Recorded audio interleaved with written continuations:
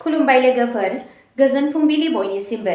आं नीलिमा बाला ब्रह्म, नोंथांमोनखौ एनबि ब्रह्म चेनेलाव बयखौबो बरायनाय बावहरग्रोनाय जाबाय। आं दिनै नोंथांमोननि सिगाङाव सानसेयारि खौरां लानानै फैबावलायबाय। आसा खालामो नोंथांमोनहा खौरांखौ खोनासंनानै मोजां मोनगोन। नोंथांमोना भिडिअखौ नायना मोजां मोनोब्ला लाइक, साबस्क्राइब, कमेन्ट आरो शेयार खालामनानै होलांब्लानो जाबाय। दिनैनि गिबि खौराङावनो दङ रेलवे बर्डआ आसामनि क'क्राझाराव आरआरबि आनजाद मिरु गायसननो थाखाय राहा जागायदों। रेल बिफाना आसामनि क'क्राझाराव रेलवे रिक्रुटमेन्ट बर्ड आरआरबि आनजाद मिरु गायसननो थाखाय हाबाफारि जागायदों, जाय बड'लेण्ड टेरिटरियेल रिजन (बिटिआरनि) बिजाथिफोरनि गोबाव समनिफ्रायनो सोलिबोनाय दाबिखौ सुफुंनो थाखाय गिबि मावख'आरि आगान होदों।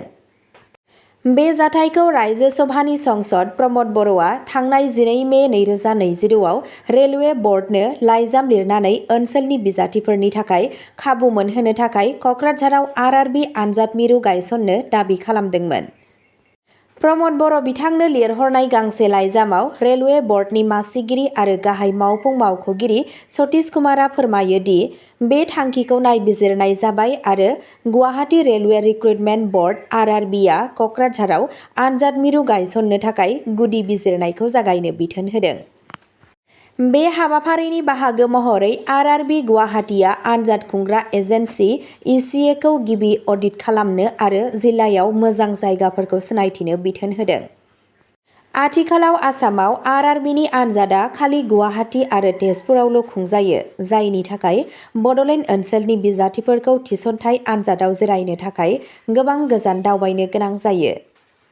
रेलवे बर्डनि बादिब्ला, क'क्राझाराव सिनायथिजानाय जायगाफोरखौ जोबथा गनायथि होनायनि सिगां देहायारि दाथाय, टेकनिकेल खाबुफोर, रैखाथि आरो गुबुन मावफुंनाय गोनांथिफोरजों सोमोन्दो गोनां थि मानदान्दानि सायाव बिथा खालामनानै बिजिरनाय जागोन। रेलवे बर्डआ गावनि लाइजामनि गेजेरजों फोरमायदों दि सिनायथिजानाय जायगाफोरखौ इयुननि आरआरबि आनजादनि थाखाय आनजाद मिरु महरै सोफादेरनो थाखाय साननाय जागोन। बे जाथायनि सायाव फिनजाथाय होनानै प्रमद बर'आ बे थांखिखौ गनायथि होनायनि थाखाय मिरु रेल बिफाननि मन्थ्रि अश्विनी वैष्णव आरो रेलवे बर्डनि मासिगिरि सतीश कुमारखौ साबायखर बावहरो। एक्सआव मोनसे पस्टनि गेजेरजों बिथाङा बे थांखिखौ बड'लेण्ड सुबुंफोरनि गोबाव समनिफ्रायनो थालांनाय दाबिखौ सुफुंनाय होनना फोरमायदों। प्रमद बर' बिथाङा बुङो दि इउपिपिएलनि दैदेननाय बड'लेण्ड टेरिटरियेल काउन्सिल सरकारनि खुंथायनि समाव लानाय बे हाबाफारिया रेलवे थिसनथाइ आनजादफोराव खाबुखौ बांहोगोन आरो बड'लेण्डनि लाइमोनफोरनि थाखाय गोबां साख्रिनि खाबु होगोन। नैथि खौराङाव दङ आसामनि गवालपारायाव अरन बिफानफ्रा 5 लाख रांनि आयेन बेरेखा फार्निचारखौ जब्द खालामदों। आसाम हाग्रा बिफाना गवालपारा जिल्लानि भालुकडुबि सप्ताहिक बाजाराव आयेन बेरेखा फार्निचारनि गलाफोराव हरखाब सिग्रोमनानै 5 लाख रांनि फार्निचार जब्द खालामो। सप्ताफ्रोमबो हाथाइ बाजाराव आयेन बेरेखायै दंफांनि फार्निचार फाननानै जायगानि थागिबिफोरनि अजद मोननायनि उनाव गवालपारा ओनसोलारि हाग्रा मावख'गिरि पबित्र रयआ बे अपारेसनखौ दैदेनदोंमोन। सिग्रोमनाय समाव हाग्रा बिफाननि बिबानगिरिफोरा गनायथि गैयाजासे सोलिबोनाय गोबां गलाफोरनिफ्राय बिसिना आरो गुबुन दंफां मुवाफोरजों लोगोसे गोबां बिबांनि फार्निचारफोरखौ जब्द खालामदों। थामथि खौराङाव दङ आसामनि नगावआव पुलिसनि सिग्रोमनायनि समाव नंखाय डक्टरखौ हमदों। आसामनि गिबि मन्थ्रिया नंखाय डक्टरफोरनि हेंथायै गोख्रों राहा लानो बिथोन होनायनि उनाव नगाव जिल्लायाव रोंगौथि गैयै देहा फाहामगिरिफोरनि सायाव गोख्रों सिग्रोमनाय समाव काटवाल पुलिसआ सासे देहा फाहामगिरि महरै सिनायथि होगिरि सुबुंखौ खायो। नाजरुल इस्लाम मुंनि दायनिगिरिखौ सामागुरि ओनसोलनि पेनाल बाजारनिफ्राय हमनाय जायो, जेराव बियो एमएस प्राइमारि हेल्थ केयार मुङै गंसे क्लिनिक सालायगासिनो दंमोन। पुलिसआ फोरमायनाय बादिब्ला नजरुल इस्लामआ गोबाव समनिफ्रायनो बेरामिफोरखौ फाहामथाय होबोगासिनो दंमोन। अजद होनाय बादिब्ला मुलि खालामनो थाखाय नांगौ जानाय रोंगौथि गैयामोन। अपारेसननि समाव पुलिसआ क्लिनिकजों सोमोन्दो थानाय गोबां मेडिकेल आइजें, मुलि आरो गुबुन मुवाफोरखौ जब्द खालामो। दायनिगिरिखौ हमनानै लानाय जादों आरो काटवाल पुलिसआ बे आयेन बेरेखा देहा फाहामथायनि बिबांखौ मिथिनो थाखाय नायबिजिरगासिनो दं आरो गोबां सुबुंफोरा लोब्बा दं नामा बेखौ मिथिनो थाखाय नायबिजिरगासिनो दं। ब्रैथि खौराङाव दङ भियेटनामनि फु कक आइलेण्डनि साखाथियाव स्पिडब'टआ गोदोना सा 15 भारतारि दावबायारिफोरनि जिउ खहा। मैया खोला भियेटनामनि फु कक आइलेण्डनि खाथियाव गंसे स्पिडब'टआ गोदोना खमैबो सा 15 भारतारि दावबायारिफोरनि जिउ खहा जायो होननानै बिबानगिरिफोरा फोरमायदों।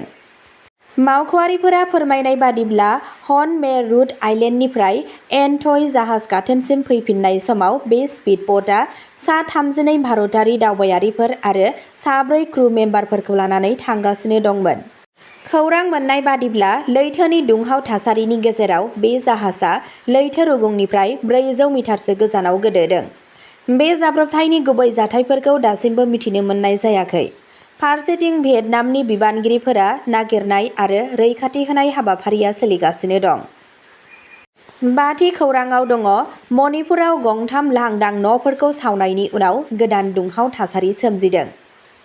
मैया सानजौफुनि 1:30 रिंगासोआव मणिपुराव गोदान जेंना सोमजिदों जेब्ला इम्फल सोनाब कांपकपि सिमायाव थानाय कान्ट सबल ओनसोलनि साखाथियाव गंथाम लांदां मैथै न'फोरखौ सावना होयो, जायनि जाहोनाव होबथानो थाखाय गोबां बिबांनि रैखाथि हाबाफारि लानाय जायो, जायनि जाहोनाव थासारिया बांनायनिफ्राय गोजानाव थायो।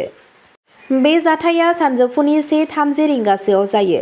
खाथि खालानि माइ फोथाराव खामानि मावग्रा सुबुंफोरा कान्ट सबलाव लांदां न'फोरनिफ्राय उखुन्दै ओंखारनायखौ नुनानै पुलिसनो खौरां हरो।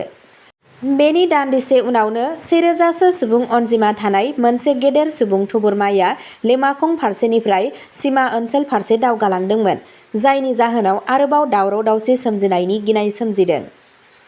द'थि खौराङाव दङ आसाम सरकारा आसाम रायजोनि जुनारसालिखौ 360 कौटि रांनि गोदान मुगानि खालामगासिनो दं। गिबि मन्थ्रि हिमन्त बिश्व शर्माया बुंदों दि आसाम सरकारा गुवाहाटीआव आसाम रायजो जुनारसालिखौ 360 कौटि रांनि मोनसे गुवार गोदान मुगानि बानायगासिनो दं, जेराव हाग्राजिब संरैखाथि सान जथाय सोरजिनो आरो दावबायारिफोरनि खाबुफोरखौ बांहोनो गोसो होनाय जादों। मावथांखिनि दावगानायखौ नायफामनानै गिबि मन्थ्रिया बुङो दि बे थांखि गोनां हाबाफारिनि बाहागो महरै गोबां गाहाय बाहागोफोरखौ जौगाहोनाय जादों। बेफोरनि गेजेराव दं गंसे गोदानसिन जुनार फाहामग्रा देहा फाहामसालि, मोनसे थि खालामनाय हाग्रानि जिब-जुनार रैखाथि मिरु, जायखौ बुहुमनि देरसिन दाव एभियारि जानो हागौ आरो जिब-जुनारफोरनि थाखाय साबसिन थाग्रा खुलि होनो थाखाय डिजाइन खालामनाय गोदान बेंखनफोर दं। शर्माया बुंदों दि थांनाय बोसोराव जागायजेननाय गोदान मुगानि हाबाफारिखौ दिदोमै दावगानाय जादों, जेराव 27% खामानिखौ फोजोबनाय जाबाय।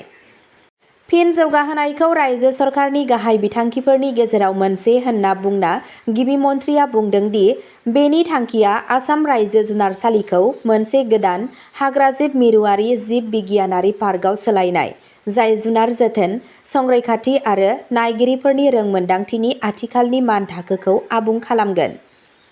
बिथाङा प्रजेक्टजों सोमोन्दो थानाय बिबानगिरिफोरखौ भारतनि माखासे देरसिन आरो बयनिख्रुइबो जौगासिन जिब-जुनार पार्कफोरनि खामानिफोरनि सायाव नायबिजिरसंनो बिथोन होदों। स्निथि खौराङाव दङ केरालायाव गुस्थि बौनायनि उनाव एनेस्थेसियानि उनाव उन्दै गथ'सानि जिउ खहा, देहा फाहामसालिया कार्डियक एरेस्ट जानायनि जाहोन। केरालानि कन्नुरनि गंसे देहा फाहामसालियाव सासे 18 दाननि उन्दै गथ'साखौ गुस्थि बौनायनि फाहामथाय होनो थाखाय एनेस्थेसिया होनायनि उनाव जिउ गोमायो। गथ'नि नखरा देहा फाहामथाय सांग्रांथि गैयैनि अजद होनायनि उनाव पुलिसआ सासे डक्टरनि बेरेखा केस रेजिस्टार खालामदों।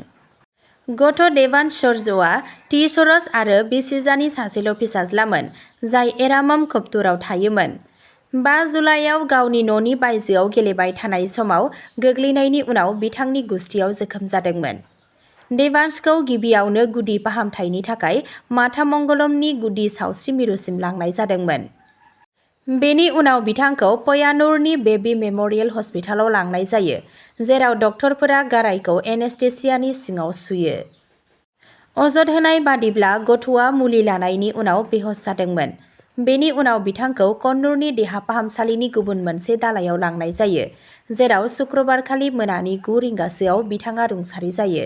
नखरनि सुबुंफोरा डक्टर अंजलि पडवालनि सायाव सांग्रांथि गैयैनि अजद होदों।